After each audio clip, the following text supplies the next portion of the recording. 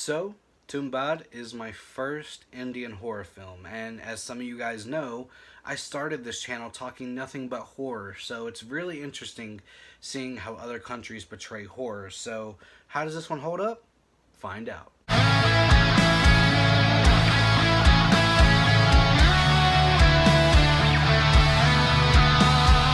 So I want to start off by saying welcome back to the channel, and if you're new here, welcome. If you're a fanatic of everything entertainment, I do a lot of movie reviews, ranking videos, list videos, 4K reviews, and a lot of other cool things you might find along the way. So in today's movie review, I'll be talking about 2018's Tumbbad.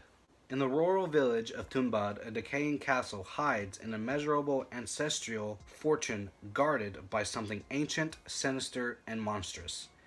Vinayak thinks he can control it, but how long will it be until his own greed destroys everything he's built? So before I get into my positives and negatives with this film, I do want to talk about a few cool facts about this film. So back in the early 90s, the director started working on a script after his friend told him a short story, and it scared the crap out of him. So he finished the script in 97, and then he wrote a 700-page storyboard in 2009 to 2010. It took like 8 months. It went through 7 different companies and went in production 3 times. But the film that was initially shot in 2012, the director and producer found it to be unsatisfying. They're unsatisfied with it. And so they waited 3 years and reshot the entire film again and completed everything else in 2018, the year it was released. So I just found that to be a really cool production story with this one. But anyways, let's get into my negatives. That way we can end things on a positive note. Because honestly, I had really high expectations with this one, mainly because this was a personal recommendation from my good friend Nandit Patel. And yeah, find out why we're going to end things on a positive note. But with that being said, let's get into my negatives. My main negative with this film is the fact that there is hardly any likable characters in here, most of which are pieces of shit and are greedy as hell. Even the main character Vinayak, who we're supposed to root for, I just can't. He is so unlikable to the point that you're rooting for him to die. On top of, showing how greedy one can be, it also shows the horrors that these people's kids go through, because as a victim of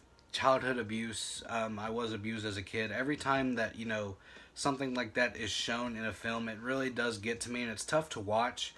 And the things that they do to these kids, it's just, I just couldn't watch it. I mean, I understand, for the story and everything, to show how it gets to people, and, given our main character went through abuse as a kid as well, but then, it carries out into his later years, and he abuses his son. Like, it's just too much for me, and it's bad when you have, like, this.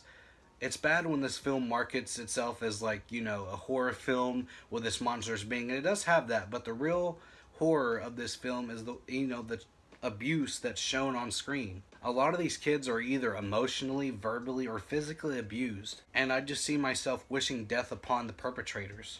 But with that being said, let's get into the positives. My biggest positive has to be with the practical and special effects. The first shot of Vinayak's grandmother's feet about made me throw up, so they did really good in that department and showing, how gruesome and disgusting things can be.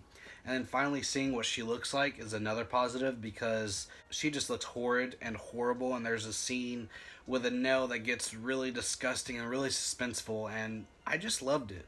And then when we finally get to see what her star looks like, even though I believe that's either CGI and stop motion in other scenes, I didn't mind the CGI, because the creature's design is really unique. It's something that I've never seen before. So like, usually I'm the one that like hates having CGI in a horror film. I'm always practical over CGI, but in this case they pulled it off, and I really love the design of this creature in here, so it gets a pass from me. The score also brings a lot to the table, because it really sets this mood and feel and atmosphere, and I really dig it. The song in the intro credits made me feel really uneasy, but it made me excited to see where this film goes. Even the songs with lyrics in it didn't bother me. I was a fan of it. But then again, no one broke out into songs, so that helps, because I wasn't sure if I was going to take this film seriously if that happened. Like in other films, I get it, for action films or dramas, but for a horror film, I have to be really invested and I want to take this film seriously, and thankfully they didn't do that, so that helps.